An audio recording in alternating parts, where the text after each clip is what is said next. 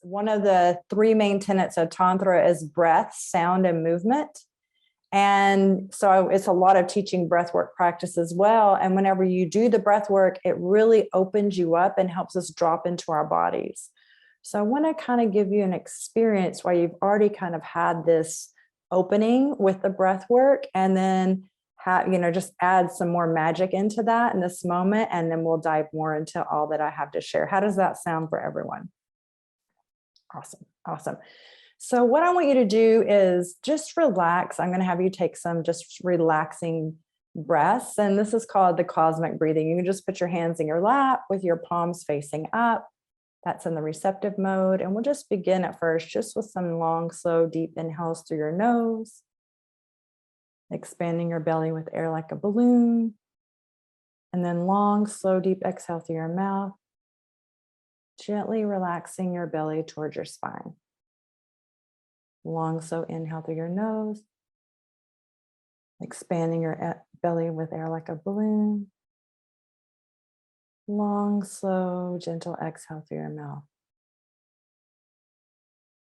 Do that again at your own pace. Continue to breathe with long, slow, deep breaths, inhales and exhales. If you just close your eyes, it's so great because where our attention goes, energy flows. When we do these practices, all this work and all the breath work you just did, you want to bring that inward. Focus your attention inside. And now just go ahead and keep breathing deeply, but just more of a relaxed. You don't have to be too methodical about it. Just nice deep breaths really helps us connect. You might notice again, like tingling sensations in your hands. It's just as you're dropping in energetically to your body. Now I'm just going to give you a moment. I want you to recall a memory where you experienced so much joy, like one of your happiest memories. Either it's very joyful or something that you really, amazing celebration, an amazing night of pleasure, just an amazing, one of your favorite memories. And as you're just connected to your breath, just take your time, don't feel rushed. And think about that memory that you want to bring into your mind. And then in your mind's eye, with your mind, visualize as if you're looking at this and reliving this memory. Just visualize it like it's on a movie screen in your mind. Just watch it. Turn up all the color, the sounds, the sensations of that moment.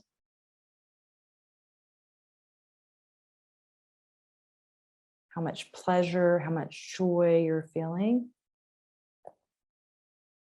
And now what I want you to do is just notice and feel in your body where you are experiencing those sensations, where you're experiencing that joy, that bliss, the happiness. Just in noticing. And now just continue to breathe in, and I want you to turn the dial up. Imagine you have a TV set. You're just turning up the energy of that. Just amplify it. Make it bigger and bigger. You're feeling like more joy, just expanding in your body, expanding outside the edges of your body, going all the way up from the top of your head down to your toes. You're going to feel that joy, that happiness, that bliss in every cell of your being. Now bring all of that energy and visualize all of that energy is in your heart. All the sensations you're feeling in that moment, and just again expand it, make it bigger, bigger, bigger. Feel more of this, ecstaticness or the ecstasy, the bliss, the radiance, the laughter, the celebration. Now I want you to imagine that you're feeling all of those sensations in your heart, and now you're kind of going to bring that emotion, that feeling outside of your body, outside of your heart, and just notice where it goes. And with your breath and just visualization, imagine that you're circling this amazing emotions that you felt all through your body. And you're just going to have it outside your heart. And then you can even Either notice if it tends to drop down to the ground, no judgment, there's no right or wrong way to do this, or if it flows up to the top of your head, any direction's fine, but allow it to loop around you. Just imagine you're like your own planet, like the planet Saturn. And all these joyful emotions from that experience are just circulating around your body, orbiting around you, coming from your heart, like maybe to the top of your head, dropping back down to your feet, and then circling back up, like circling up the front of your body, dropping back down from the back side of your body. And just with your breath, just continue to allow this and allow that loop to create some more momentum. It just starts to get faster and faster. It expands. It's like feeling the whole room. You can feel the bigness of all these emotions of that amazing moment that you had. And allow yourself to smile, or however you were feeling in that moment, and just take it all in. It's all right here for you right now.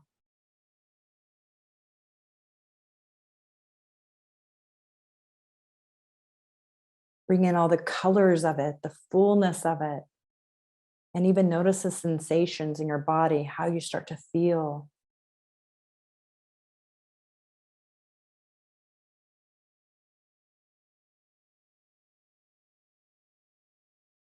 And then bring that joyful feeling, all those emotions, and bring it back into your heart. And you can just put one hand on your heart, one hand on your stomach, and just take some nice, slow, deep breaths. And just hold on to this and know that in these memories and these beautiful experiences that we've had, we can always tap back into that and shift our emotion and shift our experience. And when we have these joyful experiences, how long can we sit in this? Can we prolong the experience? And that's what Tantra is about. It's about getting out of your mind, and in a healthy way. Because so often in our society, in our world, we're conditioned to think that we're acknowledged for how smart we are, the grades we make in school, how many facts of information that are so boring that we can recall. Everything we operate usually from the neck up. Right? And Tantra gives you this invitation of not overthinking with your mind, but really using all of your five senses to drop into your body. So you can experience more pleasure and be more connected.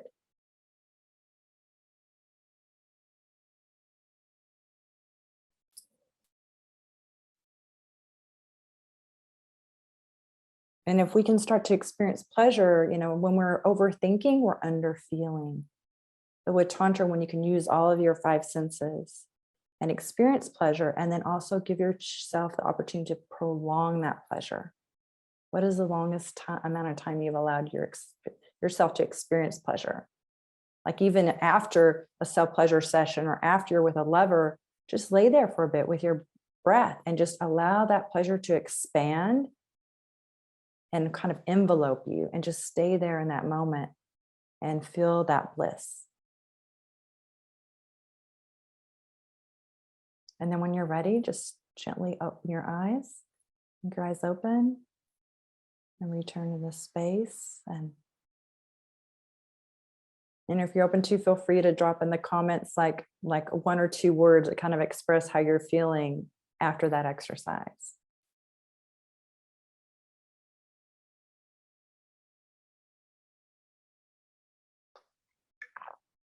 I didn't want to take everyone just into, sharing about what I want to share today and have you start thinking and thinking again when you just went from a feeling experience, right? So I was like, let's amplify that. We can amplify these amazing experiences. Yes. Love that, Birdie. Yes. So connected, warm and open-hearted. You can feel the warmth in those sensations, right? Excited, connected, loving that, Thomas and Jamie. Grateful. Love that, Georgia. Smiley and tingly. Love that, Megs. Alive. Aw. Tears are unexpected, but part of the joy experience I chose. Beautiful. I love that. And Tears are so cleansing, so powerful. You know, we release cortisol, which is a stress hormone, through tears. So I used to, I have a little tissue box over here. On it, if I could grab it, it says cry proudly. And it's really important that we let those, and we can have happy tears, and all of us are welcome here. We can hold in so much. So it's really beautiful. Thank you for sharing that. And tingling, you know, having more sensation. And that's what Tantra allows us. It allows us to tap in and really connect and stop, you know, approaching sex, lovemaking, connection just from our minds of trying to make things happen, or the performative aspects of sex, where we get kind of thinking about, I used to do this, like, oh, what does Cosmos say the position should be that I should do, right? Yeah. A little teary-eyed too, yes, because a lot of this is what's happening is breath work is really a very powerful way for us to kind of release trapped and stuck emotions.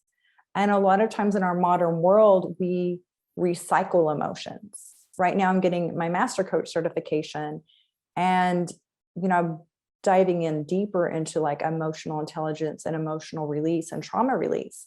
And so often we can be angry or sad or in a moment that we just kind of suck it up because maybe we're about to, you know, go to work and we're just dealing with it.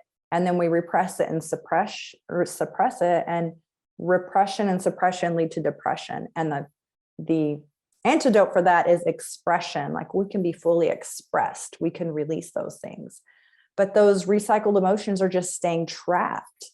And that's where, as a nurse, I would see a lot of people, and I'll be sharing more about this with everything I shared today.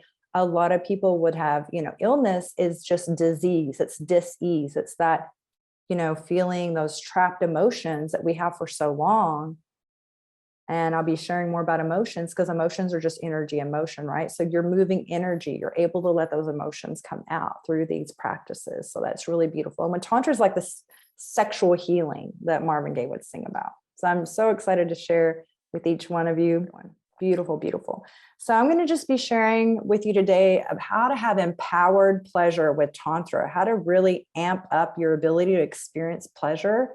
And pleasure is medicine. It's deeply healing, which is why I left behind a long career as a nurse to go all in with Tantra, because I was like, these are really the tools that help people heal. This is the real deal here. It totally changed my life almost a decade ago. I'm forever changed and forever grateful. I just wish I had experienced it sooner, but it's okay. It's all good. So I just want you to be empowered with your pleasure. We can have so much shame, especially around sexual pleasure. And so I'm going to be sharing more about it. And then at the end, I'll also be answering any questions that you have. And this is me. I'm the coach who teaches you how to get off the best while getting the most out of life. I'm born on Halloween, and I love tapping into like transformation and magic and how powerful I am. And we all have so much more power than we realize.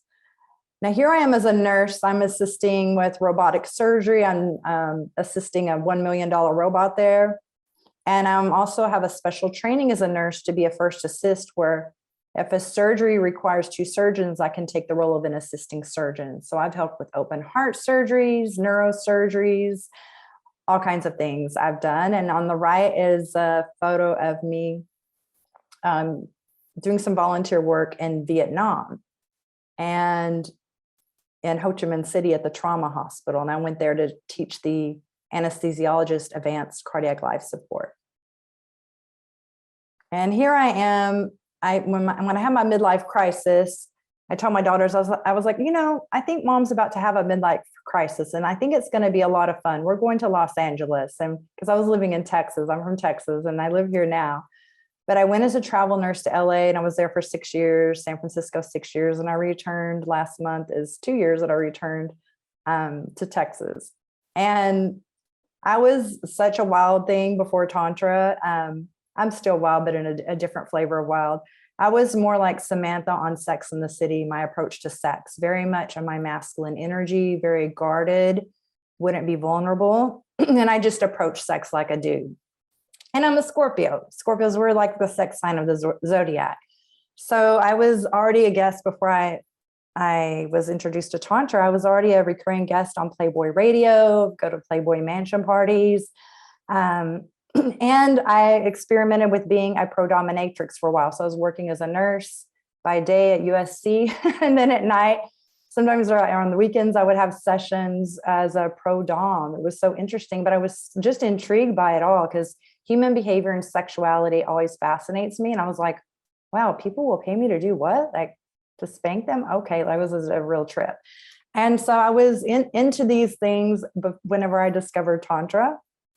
And then when I understood Tantra, I understood about energetics, and that changed everything. I had like an awakening, and I'll go more into that.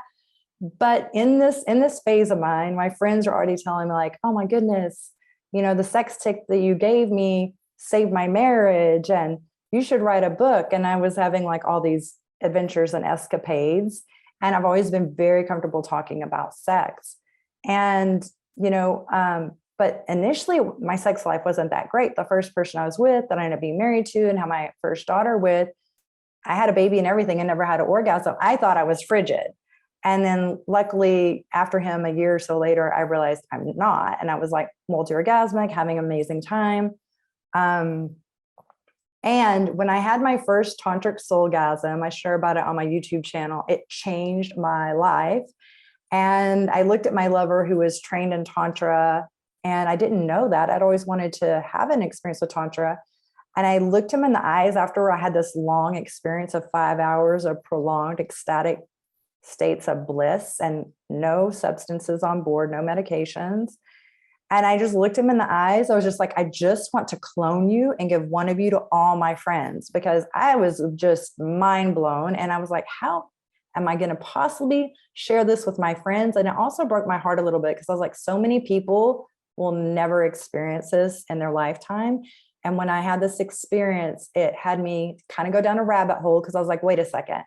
If I already was having better sex than most of my friends, like 90% of the people that I knew, and then with Tantra, I realized I was merely scratching the surface, like the tip of the iceberg of what was possible for me. I was like, what else how else in my life am I limiting myself? What more is there? So it's been quite a journey. And here I had a booth at, I had a booth at the Slut Walk, and here's Amber Rose. I did that a couple of years in Los Angeles. And then I'm going to just share with you what Tantra is. Tantra is a 5,000-year-old practice of lovemaking that uses various mind-body energy methods to deepen your connection and intimacy, one within yourself. So there's a lot of beautiful solo Tantra practices as well. You don't need a lover to begin. That's a big misconception. And that's what delayed my journey by a decade, me thinking that I need to have someone that would have the same interest in learning.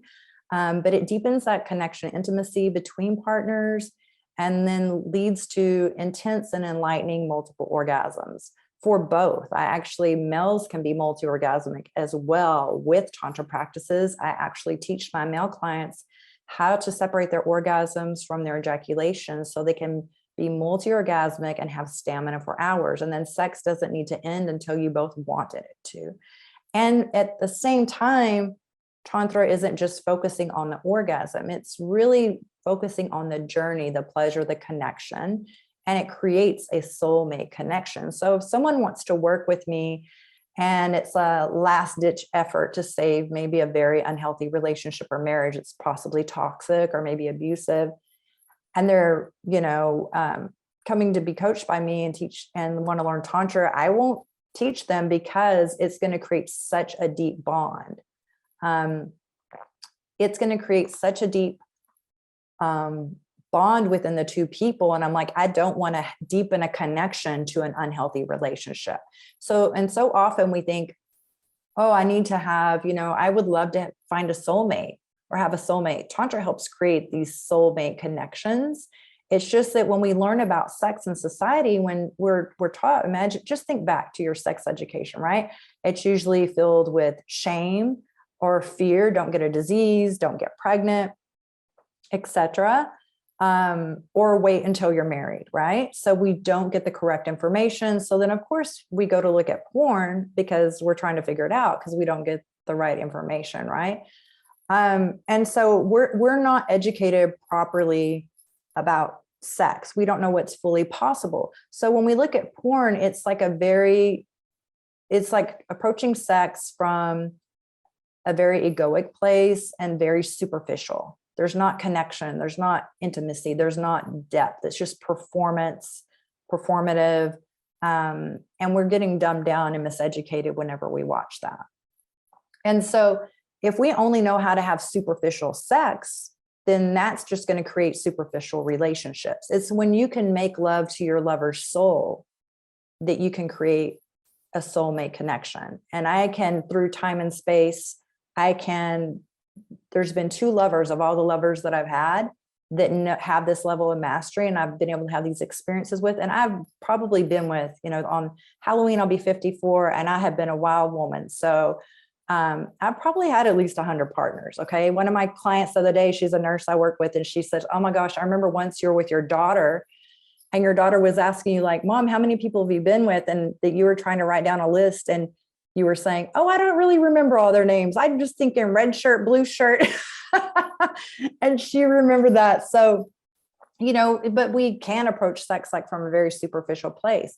But whenever I've had these other 2 lovers, like I can literally be meditating, and then a lover that I haven't been with in a couple of years will message me. And I usually meditate in the mornings, and this time it was at night. And he was like, I can see you meditating right now. It's like we have telepathy. Like I've been able to hear his voice or his thoughts in my mind.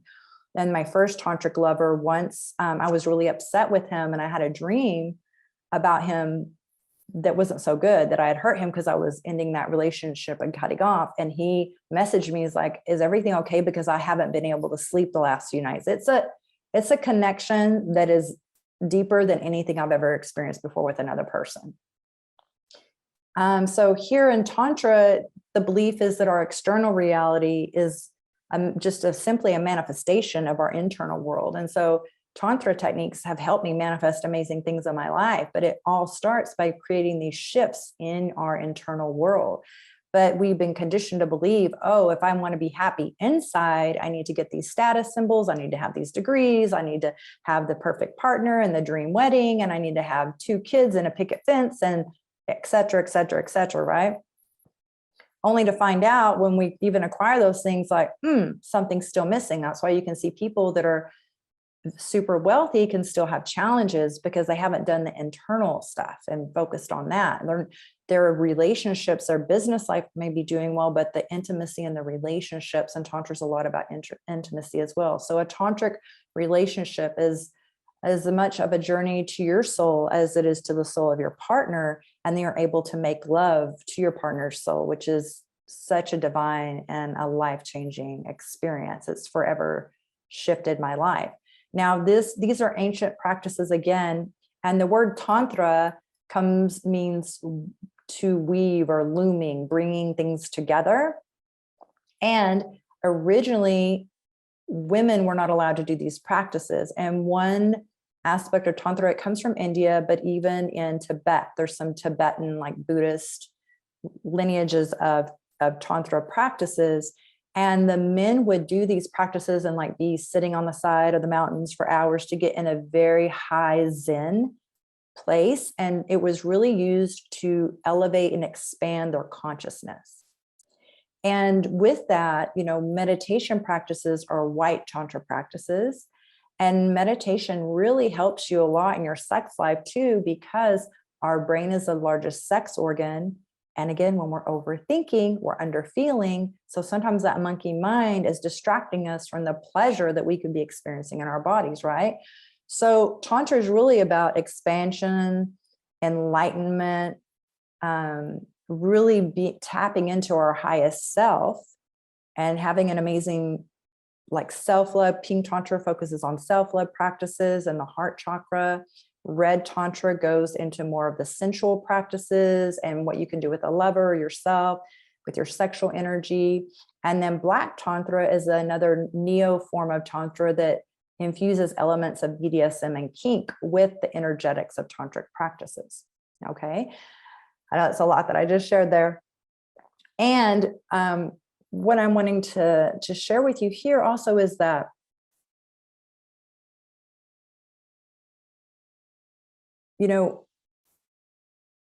if someone has an amazing self-loving relationship, right? If they have healed a lot of their emotional things and their fears, and they're feeling, they know how to have self-compassion. They know how to be really connected and have that presence and be really dropped in and connected. And they know how to be their own best lover. And they really know how to energetically connect in their bodies, and they're connected from the top of their head down to their big toe, right? And they're not just operating and moving the world like robots or from the neck up, right? And they're really dropped in and connected. Then what happens is you're having better sex. So better sex is a byproduct of Tantra. It wasn't the initial goal of it. So I hope that makes sense. Now here, if you're familiar with Maslow's hierarchy of needs, and I studied this whenever I was in nursing school as well, we have that, you know, at the bottom is your physiological needs, your safety. I don't know if this little thing is in the way. I wish I could move this. I'll go back. Oops. Let me move this around. I don't know if this is blocking the view. So at the bottom is your physiological needs, food, water, warmth, rest, your safety needs, then belongingness, love needs. Then you go up, esteem needs, and then self-actualization is achieving your full potential, your creative activities. So many of us, and for me, I had my oldest daughter when I was 19, and then I divorced her dad because I found I had a drug addiction. I don't even drink or smoke or do any of that. I was like, oh my goodness. So I was a single parent and started nursing school, and I became a nurse when I was 19 as well. But I was in survival mode, just looking for my basic needs, or even avoiding my healing journey because of my past traumas, and just being a workaholic and just feeling like, oh, I'm saving lives, and at least I'm not on a ventilator or life support. And then, feeling good about myself because I was doing good work in the world, but being an overworker and being so busy that I wasn't focusing on my enlightenment and my growth and working past my childhood traumas. So in this model here, I wish I could move this toolbar. Okay, in this model here, you're seeing, we have at the bottom safety and security, love and belonging above, your esteem, self-actualization, but at the top is self-transcendence, where you're really tapping into the meaning and everything, the meaning of life and all that. And Tantra is a tool to help you with the elevated stages and states of emotions and feelings and energies with self-actualization and self-transcendence. So the three main tenets of Tantra are breath, sound, and movement.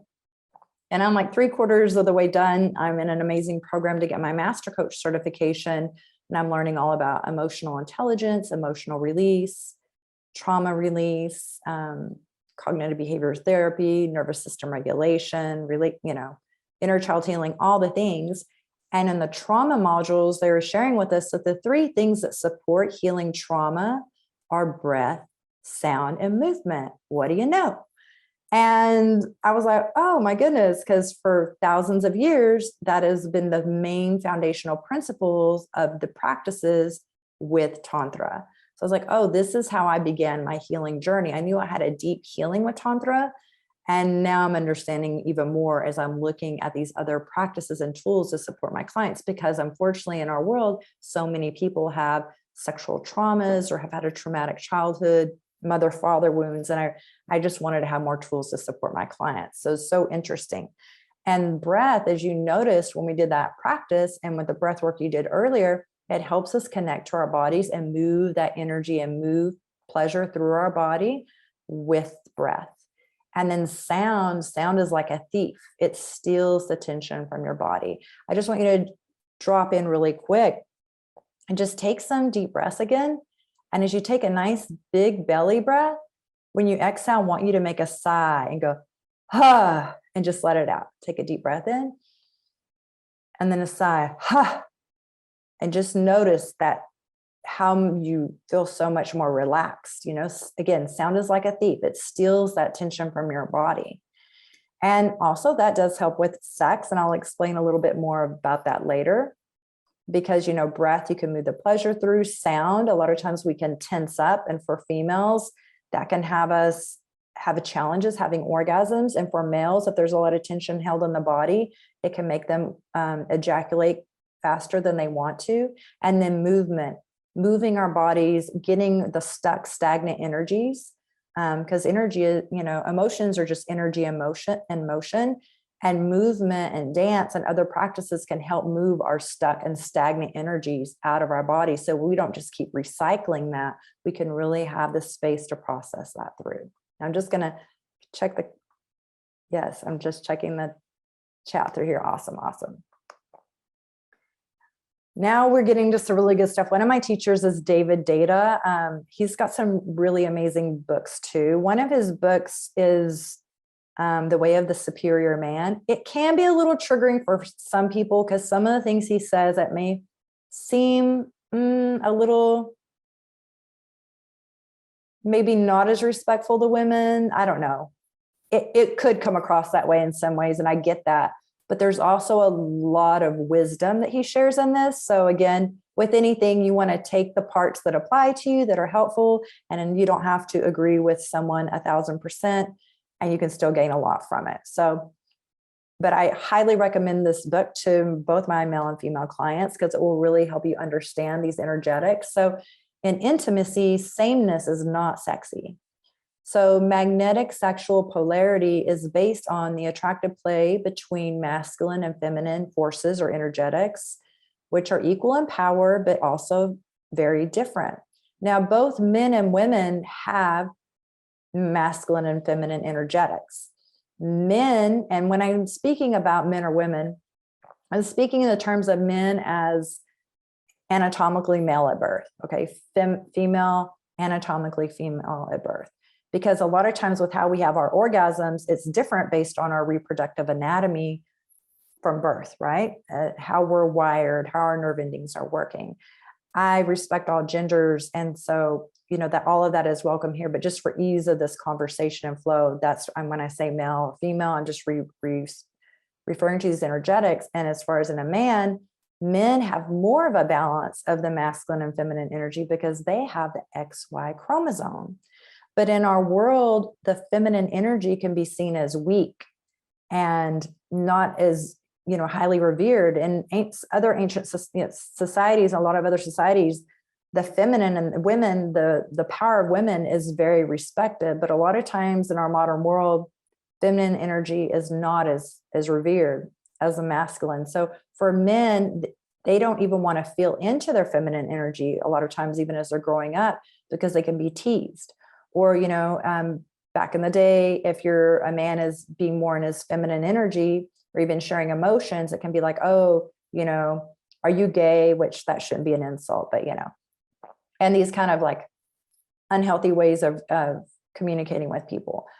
But what that has created and the old patriarchal ways of how men had operated in the past, and that's putting a lot of pressure. The old patriarchal ways are not just repressing for current women, it's also very repressing for and not healthy for the current men, because men want to show up in a different way, but old society is like, oh, this is the way men should be. No, I think we should really discover for ourselves what really works for us. And so what happens then is boys, as they grow up, they're just like want to be like almost hyper masculine because they don't want to show any weakness, because feminine is seen as weak a lot of times, which is not true. But that's how it's been portrayed in the world in a lot of spaces. And so when they graduate high school, they'll join the military to be very masculine, or they'll join, they'll be involved in sports and things like this to be really leaning into the masculine. But anytime we're trying to overcorrect and swing the pendulum too much the other way, like we're still throwing things off balance, right? And for a woman, like for me before Tantra, I was like, oh my gosh, I would operated in my masculine. And a lot of times when I have clients that are attorneys or women that are attorneys or top executives in companies, to be taken seriously in the workforce, and a lot of these old workforce structures and companies were created by men and have very masculine kind of characteristics in it. To be taken seriously, it's like women had to show up in the workforce showing we can do everything that a man can do, right? But to be taken seriously, we lean into our masculine, or to not be also to avoid maybe someone making sexual advances at us and things like that. We don't feel like exuding our feminine sensuality is a safe thing to do in the world or the workplace. So we can be very guarded and be in our masculine energy. What happens then is when we return from work and then we're connecting with our lover or our partner or spouse, and if we're still so much in our masculine dynamics, then it can be really challenging to go back and like flip the switch and tap into our feminine, because we lead so much in the world through the masculine, and we can all disconnect so much from the feminine. The feminine is equally powerful, and I'll dive a little more into that. But for the example here of the battery, not to say one of these energetics is positive or negative, just to help you understand this, there needs to be the opposition of the energies here for there to be the charge and for there to be that spark and that desire. So sometimes when we're living with someone or we're married and we're together so much of the time, we can start to lean into being in the same energy. Like both of us can be a little more in our masculine or both of us in the feminine. But for us to have that turn on or that arousal, it needs to be one of us needs to be in the masculine and one needs to be in the feminine. And we can interchange that. We can interchange that for a night. We can, and the next time we have a rendezvous, we can change it up. Or even within that time with a lover, it's almost like a dance where one's taking the lead and then the other is taking the lead, right? It's like this beautiful dance between the masculine and feminine energy. And it pertains also to same-sex couples.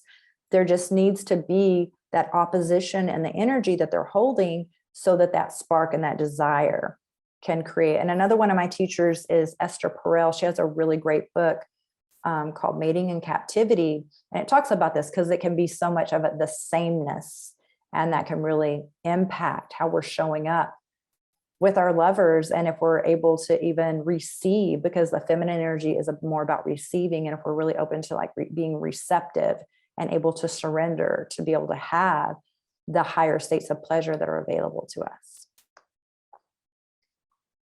Now here I'm going to share about the feminine and masculine energy. So in the sacred feminine is radiant, confident, creative, expressive, intuitive, healthy self-love with boundaries, compassionate. Now the wounded feminine, I was very much this before Tantra, shame and guilt, over-explaining, feeling repressed, always apologizing for yourself, people-pleasing, having self-doubt, feeling unworthy. Like my ego when I was modeling and things in LA and, being a dominatrix and being very casual about sex, that was a lot to feed my ego, right? So feeling unworthy, lacking boundaries, and being codependent. Now the sacred masculine is fully present, able to hold a safe space, structured, very aware, discerning, decisive, with purpose, with clarity. And, as a woman, I can have these traits as well. When I am having it like the yin and the yang, I'm having a healthy balance of my masculine and feminine energy and being able to do the dance between. And I was very much in my wounded masculine as well. I was very demanding, dominating, dominatrix, right? Controlling. I would often like humiliate the surgeons, because at USC, some of the top surgeons in the world, I'd be at the nurses station, humiliating them in front of everyone else if they were acting like jerks. And the other nurses like, oh my God, I love when you do that. You always say the things I want to say. Overthinking, overdoing, being forceful, manipulative. And we can all do this. Like no one is perfect. We're here human, having the human experience, but when we can be aware of this, we can have this different relationship. And when we heal these wounded aspects of ourselves and give them the love and the care that it needs, and then we can lean into these other ways where we can show up. And it makes such a radical difference in our lives. And my life has changed so much. And another thing that I learned was people's behavior is a reflection on them. My response to their behavior is a reflection on me. So that made it to where I didn't always think I had to like point at someone and say, hey, you're not doing this right. When a surgeon was acting like a jerk, unless it was something that was maybe putting my patient at jeopardy. I was always really good at being a patient advocate, but I didn't have to do anything unnecessary, because I was like, all right, at the end of the day, a lot of times when other people are activating something within us, we see someone doing something we don't like. It's really also like, I'm check myself. check yourself before you wreck yourself. I'm like, oh, what is the lesson for me here? How do I do this also in my life? You know, a lot of times you point the finger, you have 3 fingers pointing back at you, right? But whenever you're able to balance these energetics is so beautiful. In fact, recently I had a client that he's a top executive in his 60s. He's always worked a lot, head of like Fortune 500 companies, very, very successful. But now I've been coaching him in some regulating his nervous system and health coaching because he's having an irregular heartbeat and AFib because he's always used to forcing and making things happen. And I wasn't coaching him really on sex, but he was sharing with me also that he would be really triggered or activated whenever he would see like men act very egoic. He's like, you know, and when he would go play golf or something, he just didn't like to even go into the locker rooms and hear how some of the men would behave. And so he was more operating like from a feminine energy though, in a way. So I shared with him some of, you know, like my favorite male coaches that I've worked with, and I would like that show like a healthy, safe space of masculine. So he could see that. At the same time, he was sharing with me that his wife would always kind of be nagging him all the time. And I shared with him, I was like, if you can't hold like a certain masculine dynamic with her and your energy and feel into that, and you can't lead, then she is always we're always kind of testing because we're checking for safety. So I said, she's just checking to see if she can feel safe. And it's not that she really wants to be testing you all the time. She would really love to relax and surrender. But if you're not showing up in like a safe masculine where she feels like she can relax, like you lead the dance, then she's just not going to relax and she's going to continue to do that. So he started changing his energetics within that and started calming his nervous system. And they're now having like better sex. He's like, I said, how long has it been since you've been able to connect this way with her? He said, it'd been decades. And she's responding, he's like, I can't even believe that even my energy and my nervous system were impacting my marriage like this. And this is just within a few months of me working with him. So it was really beautiful. Now, if you want to think of the masculine and feminine energy, though, think of like a riverbank. The masculine energy is like the riverbank and the feminine energy is like the water flowing through it, right? Now, if there's no riverbank and all the feminine energy wanted to flow, and the feminine is like what I'm doing, flowy words, very talkative, expressive, right? Masculine energy is like to the point, very direct. So the river, if the water's flowing very forcefully, if you see a wild raging river, right? And there's not a riverbank, it can create destruction. It's just will go everywhere and flood everything. But if you need to have that masculine, even in your business structures and all areas of your life, you need to have the masculine as kind of think of it as like the riverbanks, and it's going to channel the direction of that flow of water. And then actually the feminine energy can flow even more powerfully and more beautifully because it doesn't have to worry about being destructive. It's just safe to express and to be in flow. So how to harmonize your feminine or your yin and the yang energy, just heal any of your feminine wounds. I support my clients also in healing like the mother wound and the sister wound. So many of us have that, men and women have that.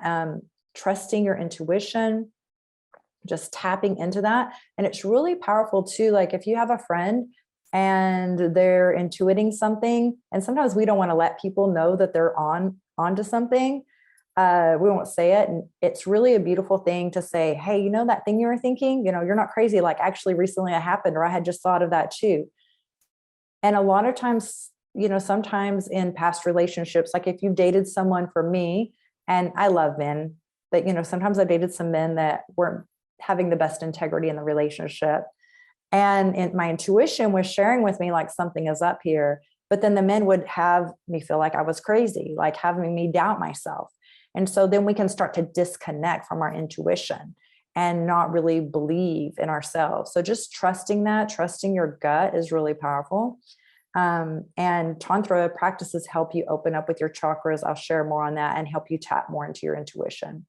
And you want to practice again, flowing, being in flow, not always forcing to make things happen. That can come from scarcity or fear. Just trusting the flow, being able to surrender, knowing the universe or divine source, God has your back, and just allowing things to unfold instead of always forcing and making things happen. You know, sometimes we're just like trying to put a square peg in a round hole and it's just like not going to fit.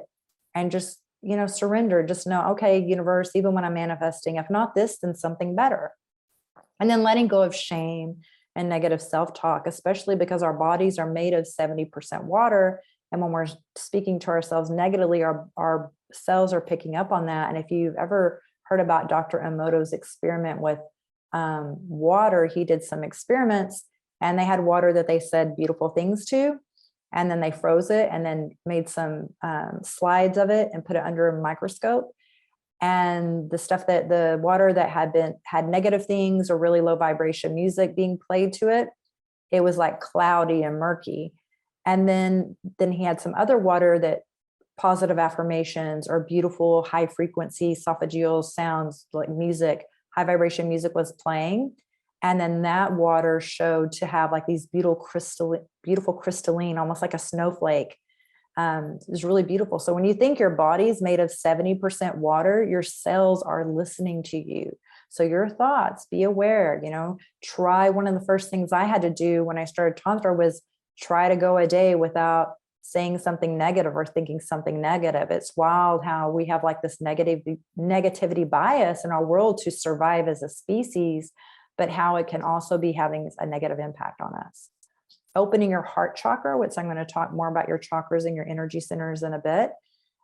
Doing dance and being in flow and just dancing like no one is watching, like literally just dance and allow that energy to move through you. And a coach that Brian and I had, he does this thing where he says like dance yourself clean, where you just, even if you're frustrated or you're feeling in a funk, just dance and allow that energy to flow through your body however it needs to move out, and play some music that really gets you in that zone to either uplift your energy or if you can really rage to it or whatever, and just let it out. And when you're dancing, you're having sound, you're breathing more deeply, and you're having movement. 3 tenets of Tantra. And then just being receptive, you know, and just being receptive, being able to receive what other people say and allow people to give things to you. Like so often as women too, we can deflect compliments or deflect things or act like, oh, this old thing I'm wearing, right? Just receive and say, thank you, I received that. Just start to be more receptive, nourish your masculine energetics too with love, and practice self-love. And self-love is a pink Tantra practice. Now, harmonizing the masculine or the yang energy is healing any masculine wounds, making clear decisions, practice being present, channeling your sexual energy. You know, men who are not slaves to their sexual energy and desires are focused men, and focused men are powerful men. Grounding yourself. Let me move this out of the way. Grounding practices, which I teach with Tantra as well. And also putting your feet in the earth, being in nature is very grounding, going outside. Watching your body language, you know, rolling your shoulders back, sitting upright, confident body language, having healthy structure in your life and in your business, being able to trust yourself, and supporting your feminine energy too. So you're staying in a healthy balance. Now, this is such a beautiful position, and I'm going to type it in the chat here. It's called, because I didn't put the word here, it's called Yab Yum, and it's very yummy. It's an ancient Hindu practice, and whenever you're in this position, and this is a lotus flower that they're on, and the lotus flower is also, the lotus is the artwork that represents the chakras. But in this position, you can be in Yab Yum with someone fully clothed or not, but in this position, you're able to align your energy centers with your lover. You're actually able to do eye gazing, which is a beautiful practice to deepen intimacy, because into me you see. And whenever you're eye gazing with a lover, you want to just take a moment and look into their left eye, because that's the receptive eye. Because in our body, the right side of our body is our masculine side. The left side of our body is our feminine side. And so the left side of your body is receptive. So you want to look into their left eye. They'll gaze into your left eye, and just do some eye gazing. And this can be so edgy, because isn't it wild in our world that we can totally have sex with someone, but we want to keep our eyes closed, lights out, whatever. But to make eye contact with someone when we're making love or kissing is like a really edgy thing to do. A lot of people can be uncomfortable with that, because the eyes are the windows to the soul.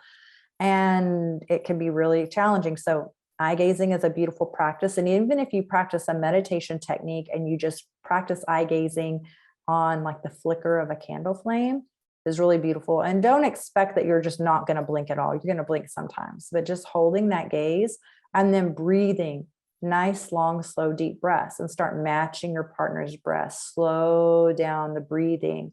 And then you can have the touch and touch their skin and ask them how they would like to be touched. A really beautiful practice to even do with a partner is do something that's called like the 3-minute game, where you will just ask your partner, like, the first time you want to do it probably in a non-sexual way. And you can do this with friends in a non-sexual way, but even if you're going to do it with a lover, first practice it in a non-sexual way. But you just ask them the question, like, how would you like me to touch you? Or ask them, what would you like me to do to you? And then when they take a turn, and then you do that, and you have to agree. Always consent. If you look at the willofconsent.org is a beautiful website about consent. And consent is changing. Like, we can say we're okay to do something, but we always can renegotiate that. If any moment we're feeling like we're not a full body fuck yes to something, we can always use our no. And whenever we're going to try a new practice or position or anything with our lover, if we're not a full body fuck yes to it, it's just a no. Just table it for now and say, I'll give that some thought. And if you know it's a definite no, don't do it, because then your body's not going to trust you. It's like, wow, we really don't want to do this. Why are we doing this? Right? So always honor your body. So you want to be a full yes. Getting consent is always key. And say, like, what would you like me to do? And then see if they're open for that. And then you can take turns and just do it for 3 minutes, like however they wanted to be touched or for you to touch them. And then you can say, how would you like to touch me? Or how would you like me to touch you? And this is kind of a game, and you can even play with the sensation. Like, do you want me to touch you lightly? Do you want me to use like almost like you do the pads of your fingertips, like pattering of raindrops? Do you want me to lightly graze my fingernails across your skin? Do you want it to be firm, or me kneading your skin like you would knead dough? Like, what level of sensation, like what feels good for you? It's a really beautiful way to connect in. So you have breathing, synchronizing your breathing, having eye gazing, and you can even do this right before you're going to have sex or even after, to kind of stay in the afterglow of the pleasure that you experience. And you can have penetration with this as well. So there's a lot of things with it, and it's a really beautiful practice. Now, the absence of pleasure is the absence of the feminine. Let that land for a second. Think about it. A lot of times when I'm not having a lot of pleasure in my life, it can be when I'm being too busy in my business. I'm kind of being a workaholic, and I'm just making things happen, getting all the things done, right? Overthinking, underfeeling. So when we're in our masculine a lot, we can really be disconnecting from the power of our pleasure. And I love this woman, Regina Thomas Howard, her book, Pussy, A Reclamation, highly recommend it. Pleasure, she says, pleasure is the direct antidote to the crisis of confidence and powerlessness women are currently experiencing. The journey from victim to heroine is only possible through it. There's so much you can unlock from yourself in your body through the power of pleasure. So you can turbocharge your creativity with sexual energy. And we were created from sexual energy. When we learn how to connect with that and focus it on what we want, we can create a life that our heart most desires. Sex literally created us. So why do we have shame from that, right? So we can channel that energy to create whatever the fuck we want in our lives. It's really powerful. We're so much more powerful than we realize. Now, when we understand energy and emotions, you can raise your vibration with pleasure, and you can protect your vibration from lower energies. And I'm going to show you these energetics in just a moment, because energy is everything. Notice how someone walking into a room, they can be felt. They can totally shift the energy in a room. You go, or that person seems really happy, or they seem really sad, right? And sometimes you can really feel that, especially if you're an empath. So, you can raise your vibration and your energetics through love and pleasure and Tantra practices. So on this scale here, the very bottom of the vibration of different energetics, the lowest vibration is shame. So many of us have shame, and we're carrying around shame about our sexuality and our sexual desires, our sexual energy, and it's lowering our vibration. And we're actually easier to control as a society if we're stuck in a shame cycle, right? Shame is even lower than fear, hate, and anger. Wow, right? So the point down, it's like it's anchoring us in, and it's really going to be keeping us stuck. Now, with Pink Tantra and self-love, we're trying to stay in. I mean, we don't want to spiritually bypass and say, oh, everything's always going to be rainbow and sunshines. But how can we even start to stair step ourselves up? And if you're familiar with like Esther Hicks and Abraham Hicks, how can we like take a few steps up and change to a better feeling emotion? And even feeling anger for a bit, that's better than shame. Like being pissed about it. Like, why have I been conditioned to feel so much shame about my body and my pleasure and my sex? You know, we came from sex, right? But everyone wants to act like it's so bad. But if it wasn't for sex, none of us would be here again, right? So if we're operating from a place of love and having love and compassion for the people around us, we're having joy, we take time to celebrate our wins, we're in a higher vibration. And law of attraction, like attracts like, right? So if we want higher vibration partners, we want higher vibration experiences, higher vibration clients, higher vibration opportunities, we want to be aware of our vibration and let go of things that are lowering it. And even that's with people, places, or things. Are the music that we're listening to, you know, is it low vibration? Is it talking about like bitches and hoes? I listen to that shit all the time. And I was like, oh, I can have like a cheat meal. I'll listen to that sometimes, but I'm much more aware of what I'm taking in and how it's impacting my energy and my vibration, you know. And people around you, just pay attention. They're either a faucet or a drain. So choose wisely. Notice who drains your energy when you're around them and who's willing to also be reciprocal and pour energy back into you. So you want to limit contact with people that are always draining your energy, because elevation requires separation. Now, here's some of the benefits of overcoming sexual shame. And I have a healing from sexual shame masterclass replay, because so many of my clients, I did this with so many of my clients and people that I talk to that want to work with me, have sexual shame holding them back. But whenever you overcome that, you can have increased desire and pleasure. Getting beyond sexual dysfunction by experiencing a healthy sexual response. You can experience high arousal and orgasms that may have been previously inhibited.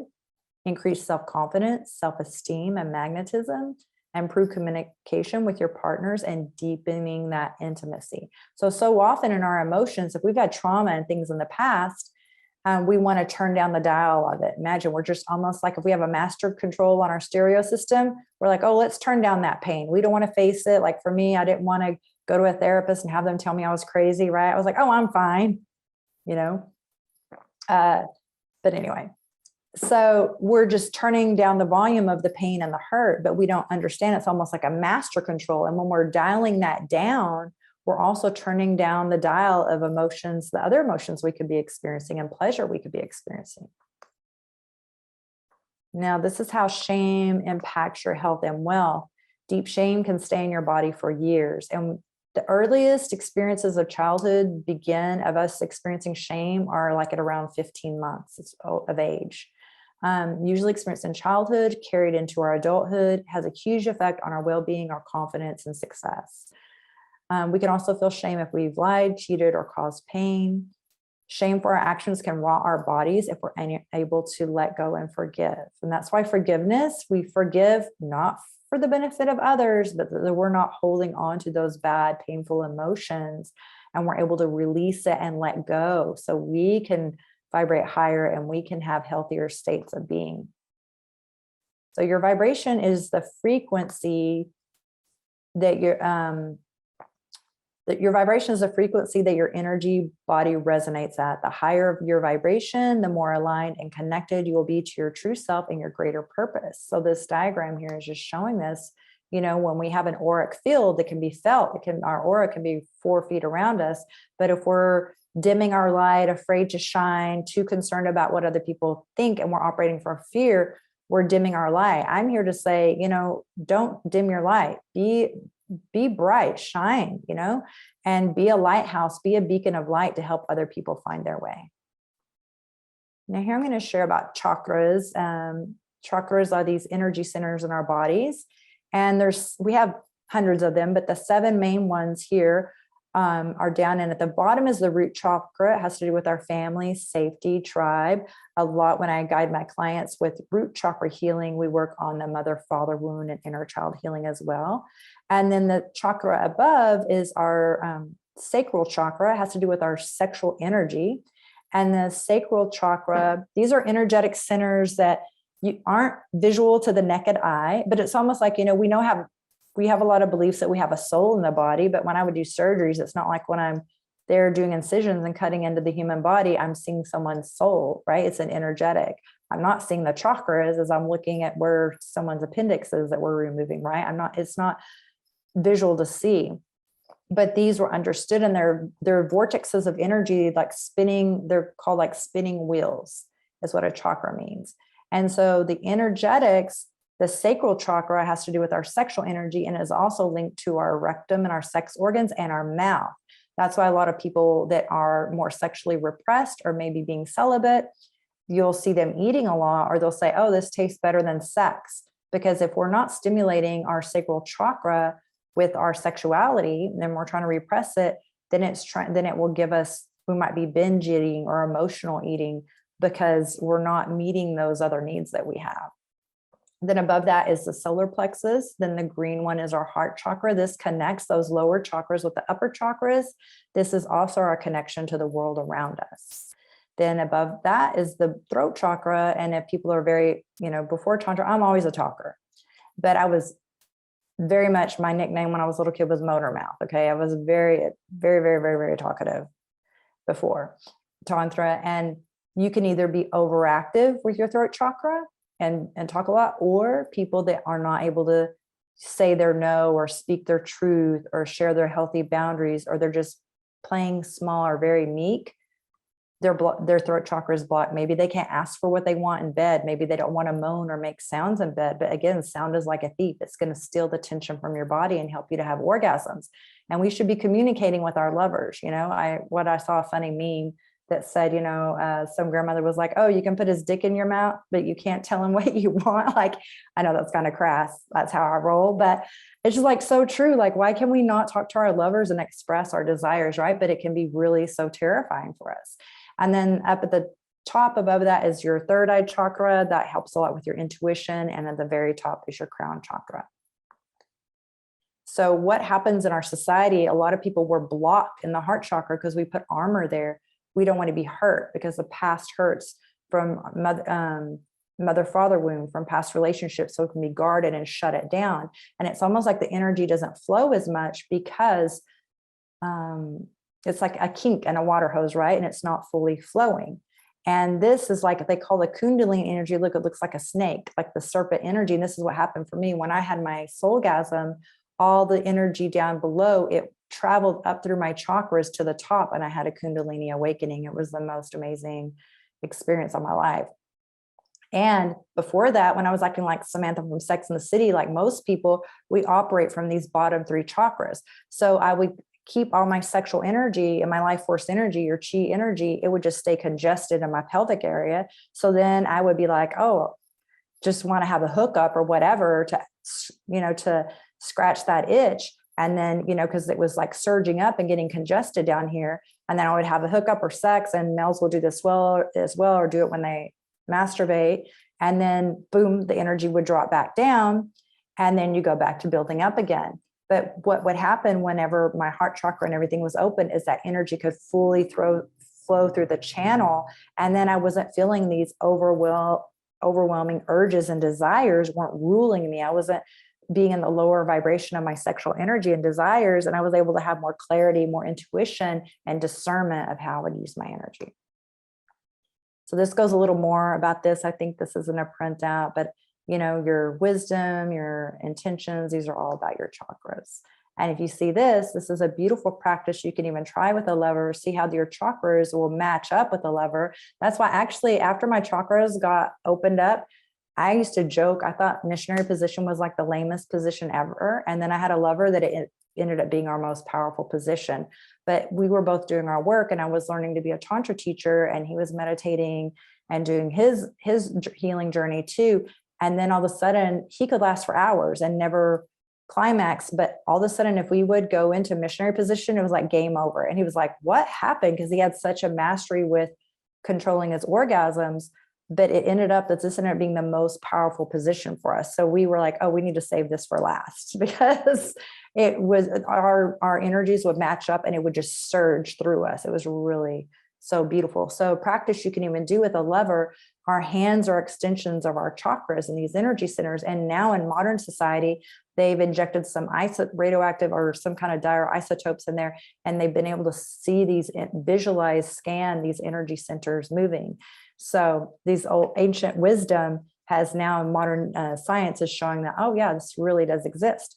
So if your hands are an extension of it, you can lean and get your hand and put it to your lover's heart, or a friend, someone that you love, and then they can get their hand and put their hand on your heart, as you see here. And then what you want to do is you want to imagine that as you're breathing, as you're exhaling, you're breathing out down from your heart, down your arm, through your hand, into their heart, love.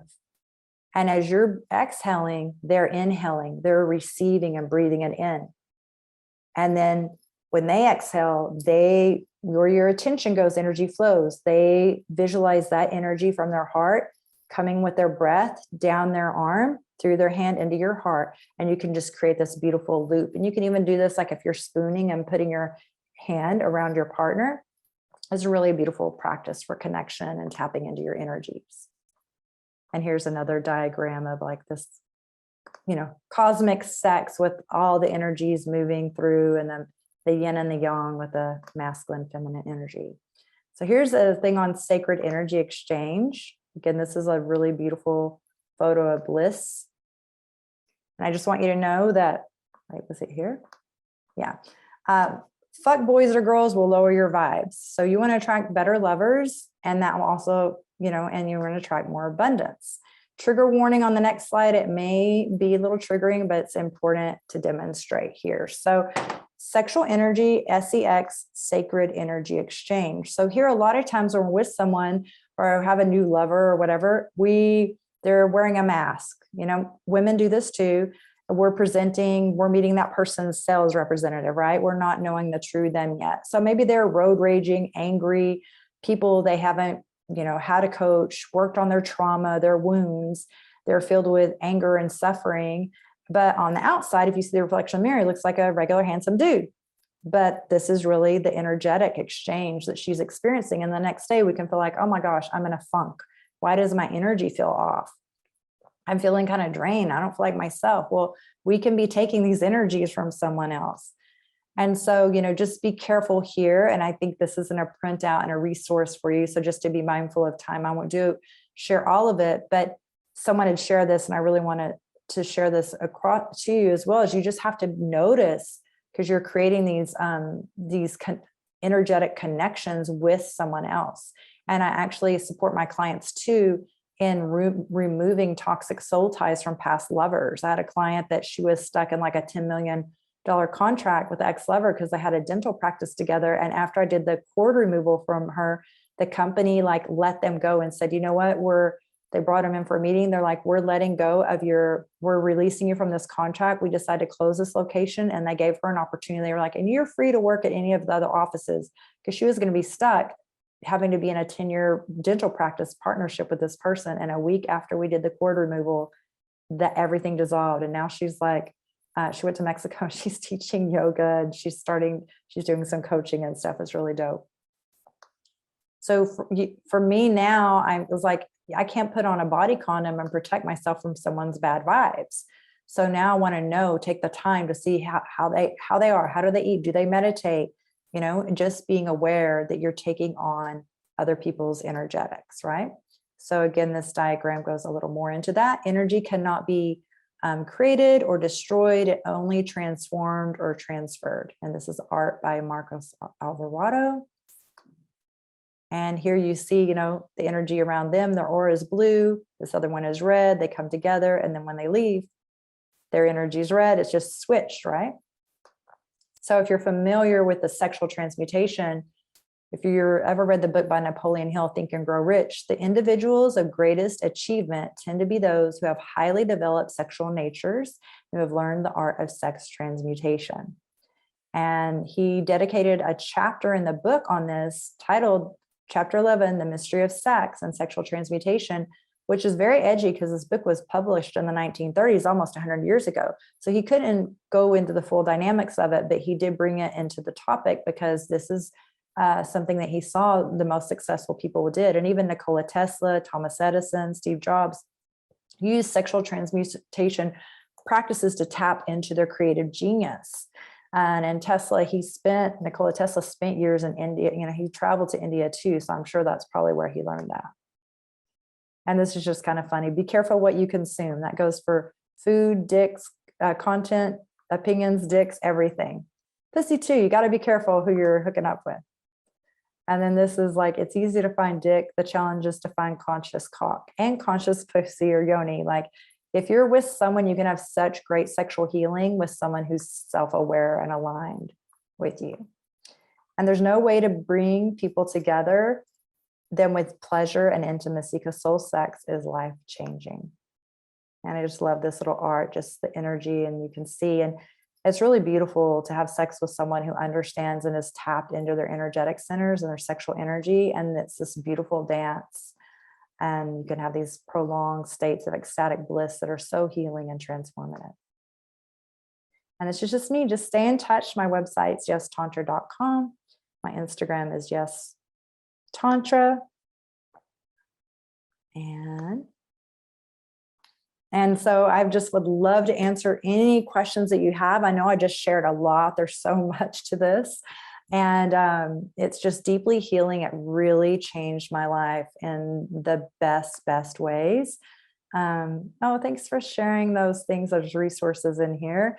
And I missed if there were any questions. Are there any questions that anyone has for me? I'm going to scroll up and see that.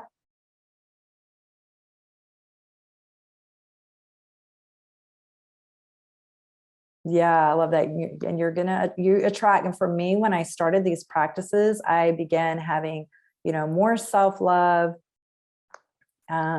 deeper intimacy and connection. Just my whole world opened up for me. Just everything was amplified. I've manifested, made amazing experiences. I attracted better lovers, healthier relationships. And now I can just see, I take my time and I'm just like, all right, no, not everything that looks good for me is good for me. Like, let me have some discernment and some wisdom, and let me take that time, because even though I operated from my masculine, act like a man, and I want to act like, oh, I'm not going to catch feelings. And, you can't play a player and all these silly things the way I was operating before, right? And being so guarded. Really, biologically, from our ancestors, caveman times, we release oxytocin whenever we're having orgasms and making love, and that's a bonding hormone. And back in the day, there was no early pregnancy test or whatever. And if you needed to be safe, if you're going to get pregnant, you needed to still be with that person. So you need to have that honeymoon phase to have all these amazing chemicals and stuff. So you're staying connected till then maybe you can miss a period and realize, oh, I probably should stay around this person because I'm not going to survive in the wilderness, and I'm not going to be able to provide food or shelter, and I'm not going to make it. So for survival of the species, we have all these amazing chemicals that happen when we have sex. And when we're in that honeymoon stage and the sex is good and we're having amazing orgasms, our judgment is clouded. Happened to me a bazillion times. And all of a sudden, red flags look like orange flags, and we can excuse them away. So now I'm just like, oh, okay, there is some chemical responses that are happening, some biological responses when we have sex. So be aware. And can I, someone is in the waiting room, Bryony, I'm not sure who that person is. If we're having all of this amazing experience with someone and we're connecting, right?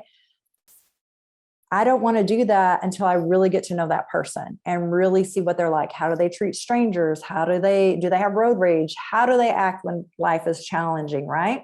I want to take my time now, because I don't want all those bonding chemicals to have me bonded and connected to someone that might not be the best thing for me. So in a way, Tantra kind of fucked up my sex life for a while, because I couldn't be Miss Wild Thing anymore, but it improved my life all across the board. And I'm a radically different person. Even my oldest daughters, like I would see you trying to heal from traumas from your childhood. You would read all these self-help books and it would change you for a bit. But a lot of times we want to get knowledge and we have in our heads again, but it's not going to be transformative until we're embodied with it, that the transformation hits, right? And so even though I would read these books, she goes, you didn't start changing until Tantra. That's when my daughters, who were unfortunately adults by then, started to see a change. Okay, great. Dom, there's a couple of questions. Yes. There's one here around your manifestation practices. And they suggested possibly through meditation. Yes. I'm sure you have some other contributions as well, if you want to speak into that. Yes. Love that. One of the things too with manifesting, we're always manifesting whether we know it or not. I have an orgasmic manifestation program and we're manifesting all the time, whether we're aware of it or not. So some people will be like, oh, this always happens to me. And it's just like that expectation of that always happening. It just, we're staying in that vibration and it's always happening for us. Yes. And then I've used with Tantra, there's sex magic rituals that we do. But with sex magic, you're not ever going to impose or disrespect another person's free will. So if I want to manifest a better lover experience, like if I want a better lover and I kind of have a crush on someone named John, let's say, and I'm like, oh man, I would really love for it to be John. I'm not going to do my sex magic rituals and do those things to manifest that to me, because then I'm taking over his free will. I'm not going to say, universe, source, whatever, make this happen for me and John. What I will do is say, hey, what are the qualities I really want in a partner? What am I wanting to manifest? And focus on that. And then as the universe sees that John also has those qualities, the universe can bring that to me. But you never want to try to control other people through these practices, right? You always have to have high integrity. With great power and great wisdom comes great responsibility. So just think, whenever you're in an orgasmic state, you feel more like an out-of-body experience, right? So whenever you're wanting to think about your intentions and what you're wanting to manifest, if you're thinking of those things while you're in your orgasmicness, you're able to bring that more. It's not like you're putting the message out, like you're like this little tower, right? And you're just pinging out your message of your intentions, what you're wanting, and you're more tapped in and connected with the universe, because it's more of an out-of-body feeling state when you're orgasming. So you can talk to your lover and even, you can share with them that you're wanting to do something and manifest with your orgasms, or even if they have something they're wanting to manifest, you can go in what they're wanting to manifest and focus it. But there's a lot to it. For males, manifesting is better, like more with the new moon phase. For females, it's better with full moon, because males lose a lot of, they'll notice guys, when it's a full moon, just start watching. If you ejaculate on a full moon, you're going to feel more drained, because again, our bodies are 70% water and the moon has such a gravitational pull on the tides and everything, and it's pulling on us as well. And so there's a lot more to it, but you can definitely manifest and turbocharge your ability to manifest with sexual energetic practices and awareness. But it's also opening up your chakras, understanding your intentions, and there's some other like little practices woven in with it and with the phases of the moon. But we are able to create things. We do not just need to, that sexual transmutation, Think and Grow Rich, we do not just need to create human life with our sexual energy. We can create the life our heart desires. We are far more powerful than people want us to know. And back in the day, like I also teach Taoist practices. I've learned from Taoist master Mantak Chia, who's taught for over 45 years. The emperors would use these practices because they had a lot of women and concubines and they wanted to have a lot of children and they couldn't keep up with being with all these women, right? So they would do these practices. And in ancient India, a lot of the common people don't know this, because the people in power knew these things because they realized how powerful it was. And they didn't want to empower the common people to know this. And that's why it had been hidden and tucked away. And that's why even our parents and grandparents weren't talking about this, because this isn't part of our lineage. And even if it was kept away. It was only more for royalty, because you're so empowered.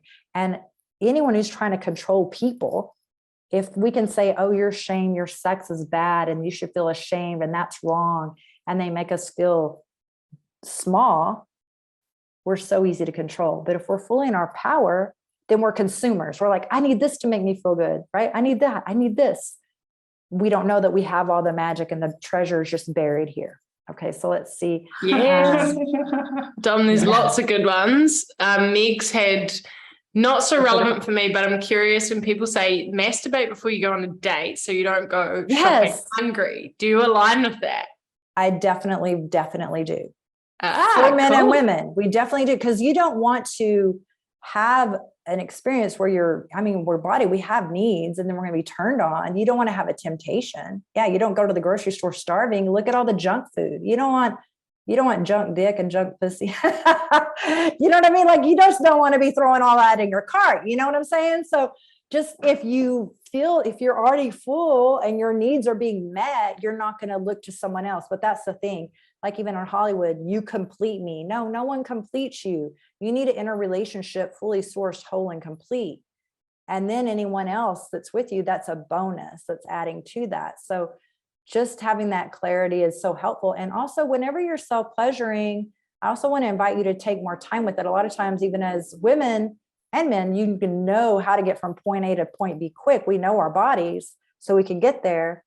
What's the longest you've allowed yourself to experience self-pleasure, and then just to prolong that and stretch it out and have time with yourself? Because if a lover was to be that fast with you, you'd be like, why are you not taking your time with me? And that's how your inner self and your higher self is feeling. Like, why are you only a good lover for someone else? Why can't you be a good lover to yourself? So amazing. I love that. Any other questions I missed, love? There's a few more. We've got, and I know this, I found this really inspiring as well. So Georgia had that you have such a healthy relationship with your daughters and transparency around sex, and just if you had any insights around how you approached that or created that. Oh, yes. Thanks so much. My mother was such a wild woman and always talked about sex a lot. So I've always been very comfortable with this topic. Now, when my daughters were younger, and of course, when I was young, I was like, can I just not have a normal mom? I can't take you to a PTA meeting. Like, you're just too much. But then once, when I was at a Playboy Mansion party and my mother had already passed, I was like, oh, this is why I had the mom that I had, because I'm so comfortable with this topic. And this is part of my purpose. Right. But with my daughters, when they were younger, I would have age appropriate conversations with them, but I would talk to them about their anatomy and tell them the right names. And, like the paperweight on my desk it's just a vulva, no big deal.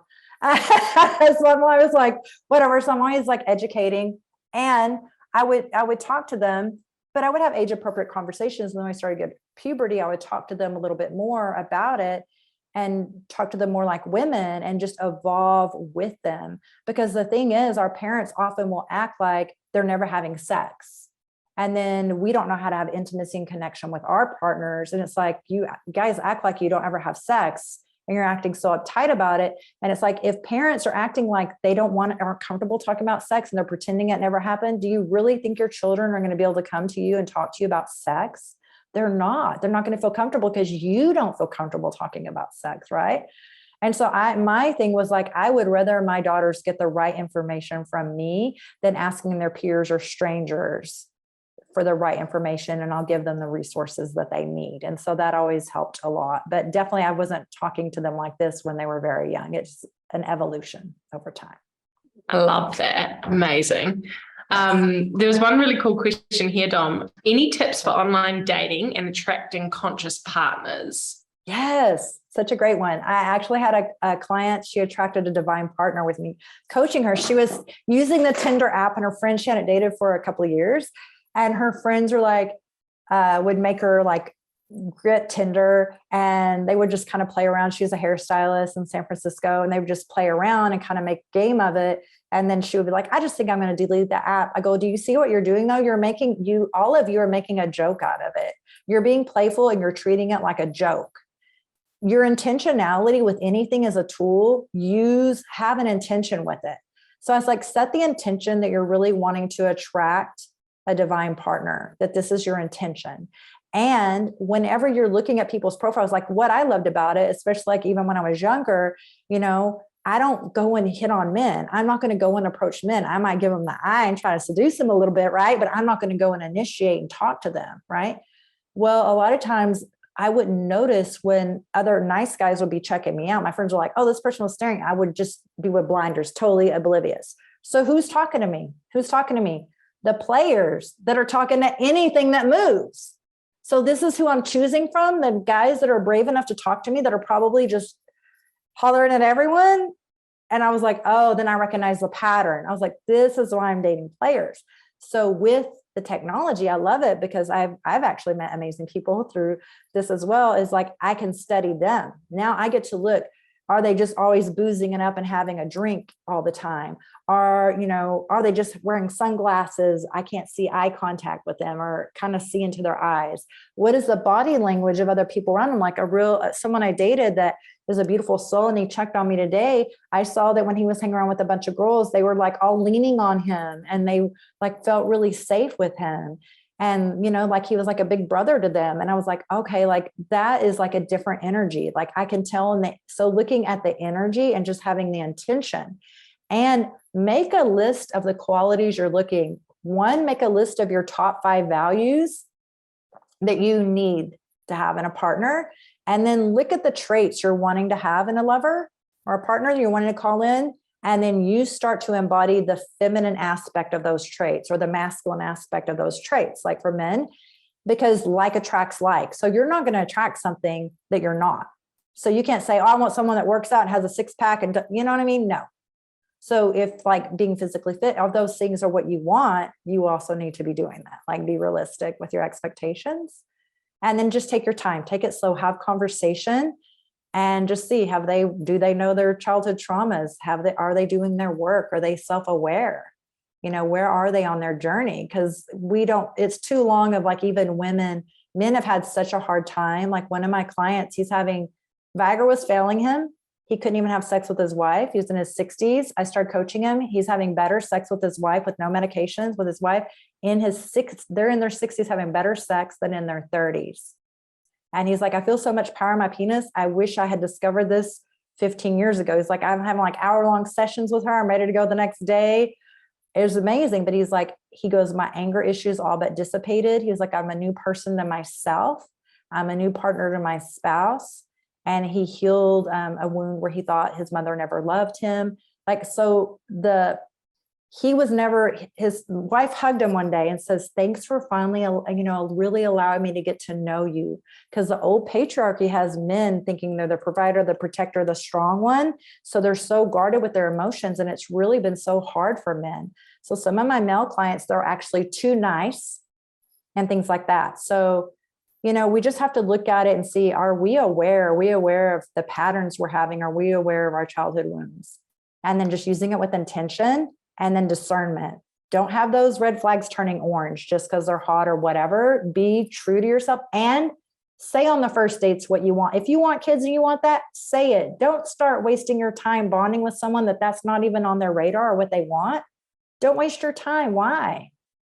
And as women, I think it's like, oh, am I wifey material? Is someone going to pick me? Or the Disney movies, the princess. I need to fit into the Cinderella slipper. I need to, Beauty and the Beast. Oh, he's an asshole and hasn't been working on his shit and he's a beast. But if I love him, that turns him into a prince. No, stop the madness, right? Okay, anything else? I know I'm going a little over on time. Sorry, everyone. You're okay. We're all good. Tantra, we take it slow, everyone. You've got one more question here. So also interested in the different forms of contraception and the impacts that they would have on energy. So thinking a barrier versus having hormonal contraception. No, a barrier should not, energy can be even felt. Energy can be even felt. I've been able to feel energetically with things through the computer screens with people, right? Your energetics won't shift because of a condom. That's such a great question. It won't. Amazing. Wow. So powerful. I know everyone's just like, ding, ding, ding. Also, knowing Dom personally, Dom's like, I could just listen to Dom's stories forever. I feel like Dom's lived a million lives, and it always, every time we catch up, I'm like, oh my gosh, didn't know that, love that. So thank you, Dom, for just being so open and so transparent and bring so much wisdom to this conversation. And team, check out Dom's website. I've just dropped it in the chat. She's got loads of incredible masterclasses and mini courses, and obviously actual programs as well.